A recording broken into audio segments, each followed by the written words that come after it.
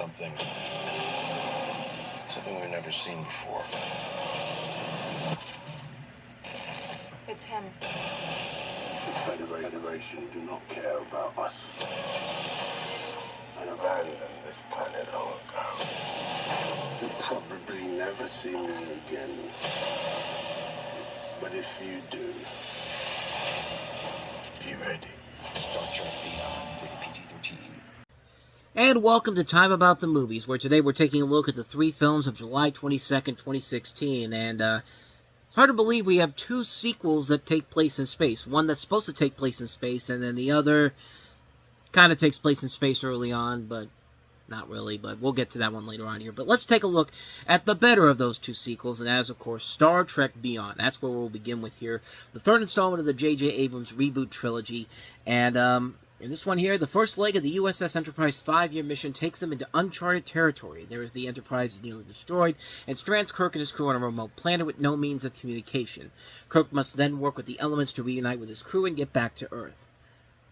I've said it before, I'm not a big Star Trek fan, and I really didn't get involved in the franchise until the 2009 reboot, which I still think is a great movie. Star Trek in the Darkness, not so much. It was good until the third act fell apart, and yeah, the third act really is one of the biggest "are you fucking kidding me" moments ever. But then again, when you have Damon Lindelof writing it, the master of ruining third acts, that's bound to happen. But so we have Star Trek Beyond, and I'll put it this way. It's better than Into Darkness, but not quite as good as Star Trek 2009. It's a weird movie because you see the marketing for it, and it looks like a more serious movie, kind of in the same vein as Star Trek Into Darkness, but it began early. The marketing began early, kind of selling it more as sort of like a comedic action movie, because they put the, you remember in the first Star Trek movie, when they go back to young Kirk, taking his I think it's his stepfather's car, and driving it off the cliff, and you hear the Beastie Boys Sabotage playing in the background. That's the trailer for this movie. That's the first teaser for this movie, and it really felt odd. But then again, this is a brand new director coming in here, and I'll touch on him in just a second here. But the movie overall really is enjoyable. It does pay a lot of homage to the original Star Trek series, which is fitting because this is the 50th anniversary of the Star Trek franchise in 2016. Coincidentally, in the same year that Star Trek is celebrating its 60th anniversary in 2026. How fitting. It's like, you know, it's like the stars aligned or something like that. Or in the case of one of our later movies, a squirrel with an acorn that controls a spaceship somehow meshed the planets together. And again, getting ahead of myself here. But back to Star Trek Beyond.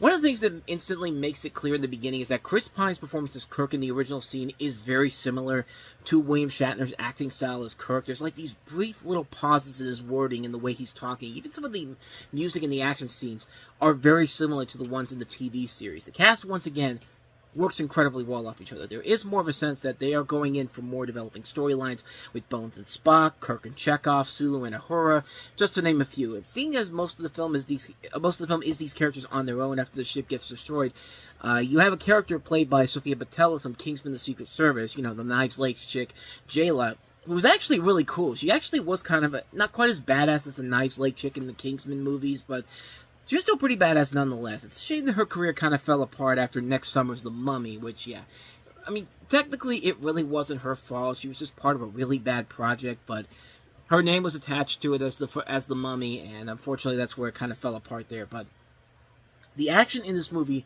looks incredible. There's a reason why they hired Justin Lin to direct this film. Well, two reasons. One, because J.J. Abrams was working on Star Wars: The Force Awakens, and two, the dude knows exactly how to direct action sequences, and he does it very well with the Fast and Furious movies at this point.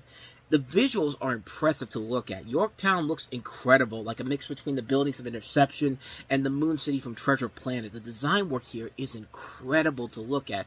There's even moments in this where it does get very emotional. You have one of the big storylines is that, you know, Ambassador Spock has died. Of course, that's the late Leonard Nimoy, who had given the Spock of today a box containing some things from his past, and one of the things in the picture is the original Star Trek Enterprise crew with the original cast, and it's very well played out.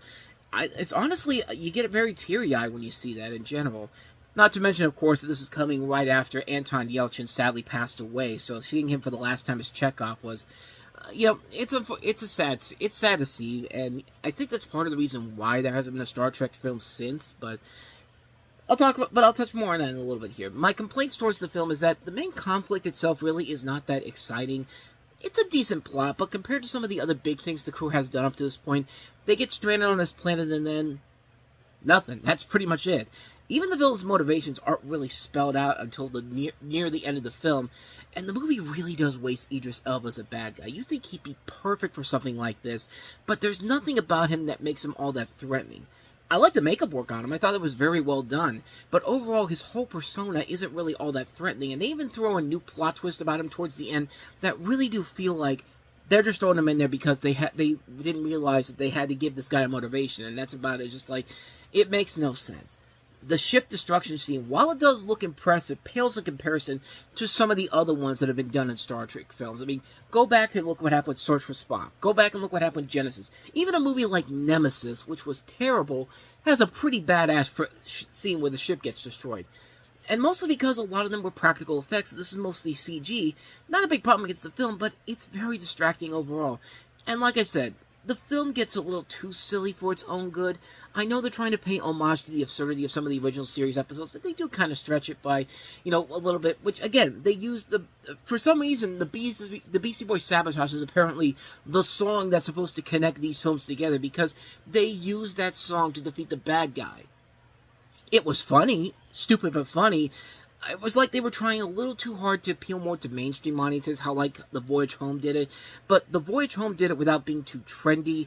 Case in point, the Rihanna song that plays in the credits. Not the movie, but the credits. It just feels really odd. Like, I think what happened is that Paramount saw how successful Guardians of the Galaxy was a couple of years ago with Zoe Saldana, who's also in this movie as Uhura.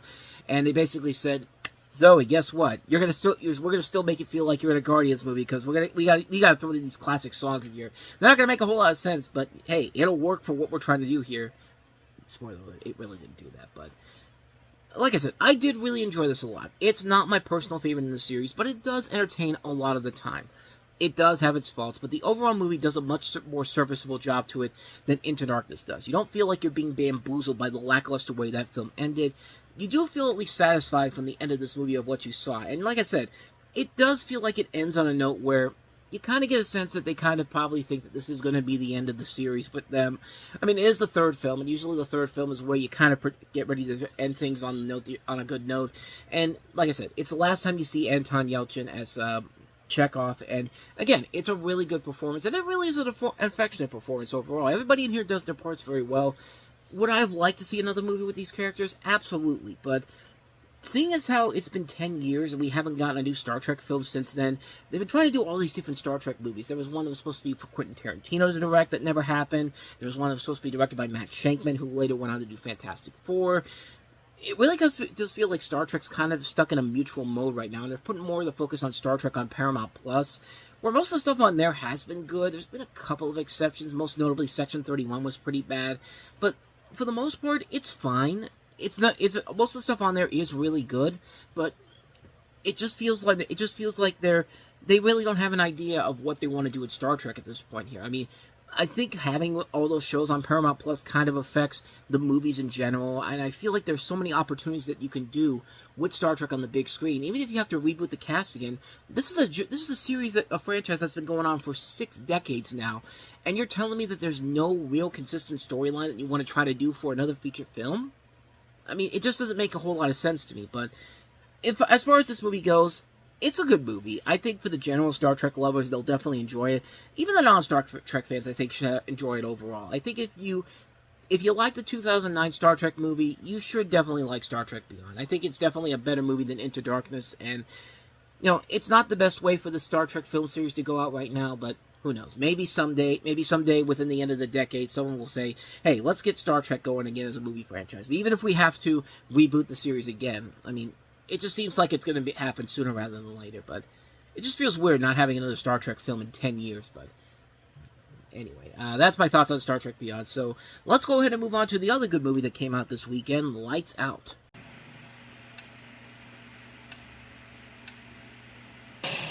Everyone is afraid of the dark, and that's what she feeds on. Rated PG-13. Based off of a very terrifying 2013 short film. also featuring that same actress, who's actually the wife of the director, David Sandberg. A very simple concept, that short. I mean, you basically have a story where it's a short where basically this woman's turning out the lights, and all of a sudden she sees this shadowy figure every time she turns off the lights, and it's getting closer and closer and closer. And as a short, it works very well. But we all know that if you see something in the dark, if you see something, and when you turn off the lights, and it's something that you don't know if it's a person that's there, it's just like, don't turn the lights off. Just turn all the lights on and just pray to God there isn't a power outage at this point. I mean, that's the worst. I mean, that just makes no sense. Why do you keep turning the lights off? But so I'm thinking to myself, how is this going to work in a feature film? Because I saw this back before. I saw the short a long time ago. I didn't even know it was called Lights Out. I thought it was a scene from The Grudge, but because The Grudge, I think, has a similar scene towards that, where there's something following somebody, and the lights, when you turn on the lights, there's nobody there. But it's just like, I mean, it's not the same thing, but it's almost similar to that. But in this movie, you have a woman who must be protecting her younger brother, who must protect her young half-brother, against a spirit from her family's past that kills its victims in the dark. The woman is played by Teresa Palmer. You have characters played by Gabriel Bateman, Billy Burke, and Maria Bello. The writer of this is Eric Heiserer, who also did Arrival, which will come out later in the year. And I think he was also, he did one of the Final Destination movies. And he's done movies that weren't as successful as the two films he made in 2016. In fact, overall, he's not really that great of a writer. This is the guy that wrote stuff like the 2010 Nightmare on Elm Street remake, Final Destination 5, which was arguably the worst in the series, The Thing reboot, which was not terrible, but not great either, Bird Box, which is an overrated piece of junk in my opinion, Bloodshot, which was a terrible movie with Vin Diesel when it came out around the pandemic. But nevertheless, this is a really good movie, a very chilling movie, and I think it did a pretty good job of bringing the short to life in a full-length feature film without feeling like it's overstaying its welcome. It's 81 minutes long, which, for a short amount of time, they're able to make it work with the very simplistic nature of it in general. And I thought I did a pretty good job of working with it. I thought David Sandberg showed a lot of potential of what he could do as a director, and he's shown a lot of great potential with what he did with Annabelle Creation, creating an Annabelle movie that doesn't suck, and also doing 2 Shazam movies which were really good. He's a solid director, and he knows how to combine, horror elements into stuff like that. Like I said with Shazam, like he combines a lot of those aspects of an 80s comedy like Ghostbusters in there with these creepy horror elements to it. That works great for Shazam. But when he's doing straight-up horror, he plays it pretty well. The acting overall is really good, and there is very good scares in this movie. It doesn't rely just on heavy jump scares in general. The chill factor definitely is there. It's a very frightful movie, and it works very well.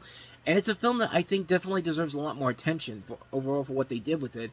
It's a really good movie. They've been talking about doing a sequel for a number of years now. I guess they shut it down not too long afterwards, but apparently it's gone back into redevelopment. So I don't know if I don't know what they could do with a sequel overall. I think doing one movie is fine, but I think David Sandberg's a solid director, so I'll give it a shot. I'll see what he could do overall. Maybe he has an idea that could work for a new generation, and you never know. Crazy things have happened, so maybe it does work out in the end, or maybe it's just another sequel that is extremely unnecessary. But hey, we're in a good trend of horror movies right now, so only time will tell. So let's go ahead and move on to our last movie, which is easily the dud of the week. And boy, talk about beating a dead horse when it's down. Ice Age. They survived a global warming in the meltdown. They survived dinosaurs in Dawn of the Dinosaurs. They survived the end of they survived the landscape of the Earth crumbling around them in collision which Continental Drift, which I was about to say Collision Course, but that's the name of this movie here. So, what's the next direction for the Ice Age franchise to go with next?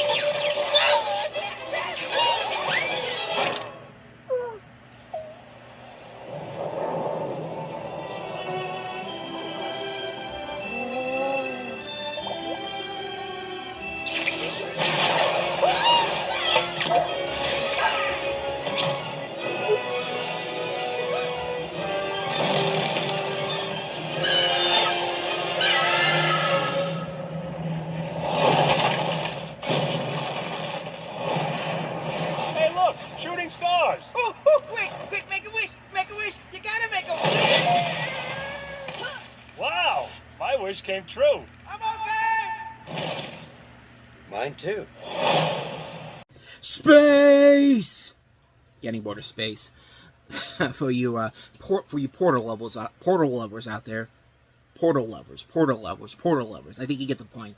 But hey, that was a great short when it was in front of the Peanuts movie, but sadly it's a movie.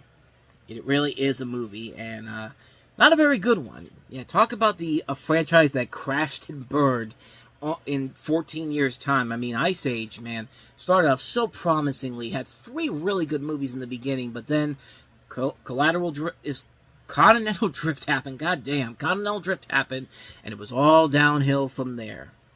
So in this movie, Scrat is propelled into outer space in an abandoned spaceship, and during an attempt to bury his acorn, and accidentally sends a giant asteroid towards Earth. Manny the Herd and Buck must go on a life-or-death mission to find a way to fend it off. Of course they're going to survive this in general. I mean, it's cool that Simon Pegg's back in this movie, but sadly, because they are adding so many characters to these movies, characters are going to get lost in the shuffle here. I mean, you know, this movie is such a mess on so many levels. I mean, they bring in so many people back from the previous movies, and they try to add in new characters too. The film is so clustered and so like, it's a mess. It's a mess of a movie. It makes no sense why everything is happening in this movie. Like, they have way too many subplots going on in this movie. There's parts where, you know, Sean Wayne Scott and Josh Peck, who are Crash and Eddie, like the 2 comedic sidekicks to Ellie's character from the Meltdown. They barely have anything to do in this movie. Like, why'd you even bother to get Sean William Scott and Josh Peck back for this? I mean, honestly, why is Wanda Sykes back as Sid's grandmother, you know? There's just so much going on in this movie that makes no sense whatsoever, and I'll give it this. The greatest thing I can say about this movie is that you can definitely tell the animation is getting better with these films as they go along. I mean, the first movie came out 14 years ago, and of course, computers are going to evolve, animation is going to get better, and so yeah, of course, the animation is going to get better by the time this new film comes out, and that's good and all, but at the same time, it's just, what's the point? Like, really, what are they doing by continuing the story except to just create another film to add to the Ice Age 5 movie collection that you're going to have in your DVD shelves if you're 10 years old? But yeah, other than that, though, there's just nothing here. Like, nobody really feels like they want to be involved in this movie. I mean, it just feels like everyone's lost in the shuffle. They don't really feel like there's a commitment there to wanting to do something here. It just feels like there's nothing there to give them a reason to stick around for this movie in general. It just feels like what are we even doing here at this point? Like, what's the end result of this whole thing? Oh, a massive event is going to happen that's going to destroy the world. But it's okay, though. They're going to survive in the end because we got to make another movie soon. That soon will be 11 years' time, but I'll get to more than that in just a second here. But I mean, you get the point here. It's just a franchise that I really do feel like has lost its way and just... I mean, everything they've done since the third movie, ever since that third film ended, it's been all downhill from here. You had a really bad movie in Continental Drift, a lackluster film in Collision Course, the worst movie of 2022, in my opinion, with The Adventures of Buck Wild, and now they're doing another Ice Age movie with they got Ray Romano, John Leguizamo, Dennis Leary, Simon Pegg, and Queen Latifah coming back here. I'm only hoping that they have an idea of what they want to do with this. I really am hoping that they are not just going to do what they did with this movie here and just grab as many celebrities as they can, have so many characters in here that you have no idea who's to connect with who. I just hope that they're not going to go in that direction here. I hope they have an idea of what they're trying to do here. I assume we're going to see something soon because this is coming out on, this is being recorded on May 8th, and I'm going to assume that maybe we'll get something in front of Toy Story 5, possibly, maybe a teaser trailer, or if not that, we'll definitely get to see something from D23 in August, but I hope they know what they're doing here. I hope they're not just going to do another one of these type of films where it's just like, let's get the gang back together for no reason whatsoever, and let's have all these celebrities in here, which it probably will be, but considering what kind of a world we're living in now, where they'll just make sequels out of anything now because the money, baby, even though nobody's been asking for it. But I mean, have I made it clear that this movie's not that great? I mean, it's just like they're not even trying anymore. This is like the animated. This is like the Blue Skies equivalent to the Simpsons bit, Star Trek 12. So very tired. Like you could just tell that nobody wanted to be involved in this movie. The comedy is terrible. The animation is good, and there's just way too many characters to keep you invested. I mean, I'm hoping that Boiling Point's is going to be better, but I mean, at this point, do you really expect anything better from the Ice Age series at this point? The best thing that's come out of the Ice Age series, honestly, is the Scrat Tales shorts. And again, the Scrat stuff in here is funny, and that show on Disney Plus was really funny. It was the last thing that Blue Sky did before they were absorbed into Disney, and it's a shame that they aren't doing more of those, but I think you get the point at this point. Ice Age Collision Course, just here's hoping that the next one will bring the series back on track again, but So that's Ice Age Collision Course. I would say we're done, but then I just realized there's two other movies we got to take a look at here. So let's take a look at the movie that I had no idea even existed until I did the research on this. Absolutely Fabulous, the movie. Oh, God. Darling. Sweetheart.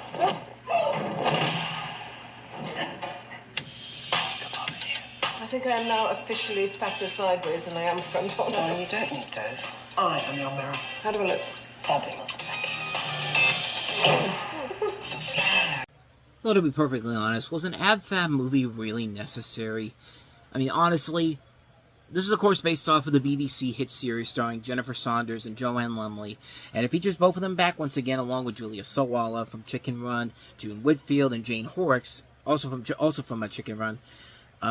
It finds the drug-addicted, alcoholic PR agent Edina Monsoon and her best friend codependent Patsy Stone on the run from the authorities after it's suspected that they have killed supermodel Kate Moss, who has a cameo who is also in this movie, and it serves as the de facto series finale for the show.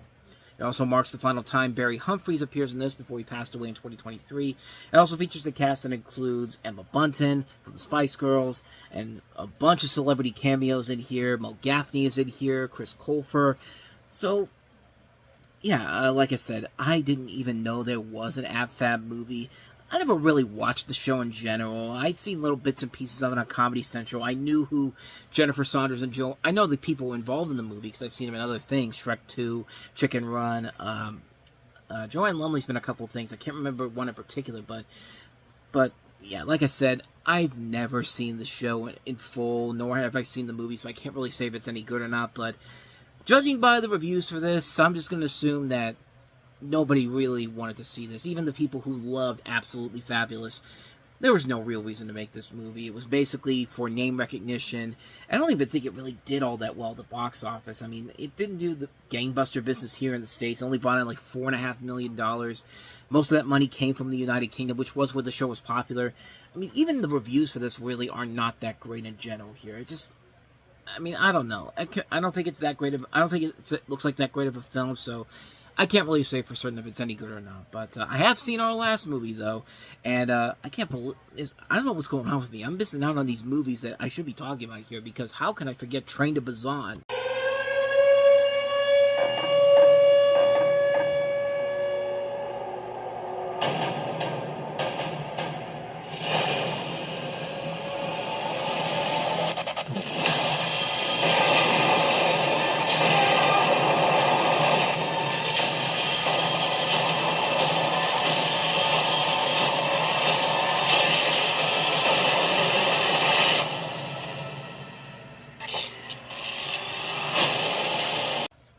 It's a movie about a train with people trying to get away from a zombie apocalypse. I mean, how can I not talk about this movie? That is literally the plot of this movie. The film takes place primarily on a KTX from Seoul to Busan as a zombie apocalypse suddenly breaks out and threatens the safety of the passengers. And it essentially turns into an action horror film with a bunch of action sequences and a bunch of zombies coming after them. And it's pretty much all you can ask for and then some in a movie like this. I mean, this is a really slick, cool-looking movie. I mean, from a visual perspective, from a story perspective, combining a mix of Bullet Train with Dawn of the Dead. I mean, it's just a really cool idea, and it makes for a really fun, good time all across the board. It's a unique take on the zombie genre. It's not just doing the same thing over again, and I like the fact that somebody can actually do this and make it cool. It's a really slick, fun idea overall. Like, you've got people praising it. Edgar Wright praised it as, the best zombie movie he's seen in forever. I mean, it's a really, really good movie. It's a very unique film, and of course Hollywood's been trying to destroy it, which I would assume they probably wouldn't, but then again, this is one of those ones where they've been trying to get this movie made for so many years. They actually had a date for it in 2021, but then it was replaced by Evil Dead Rise, and this thing is still in development overall, which probably means that it's never going to get made anytime soon. There's also comparisons to Snowpiercer, too, even though Snowpiercer came out a few years before this, but, yeah, overall, really, really good movie. Can't recommend it enough. Train to Busan. If you haven't seen it, definitely check it out. Just checking here, and no, we don't have any other movies to look at this week. Okay. Hopefully I'll stop doing that in the near future, but don't count on that. But next time on Time About the Movies, though, we'll wrap July up with the return of Matt Damon as Jason Bourne in Jason Bourne, along with Paul Greengrass returning to the fold here. We'll take a look at that. We'll take a look at one of those comedies that was a huge hit, but for the love of God, I can't see why.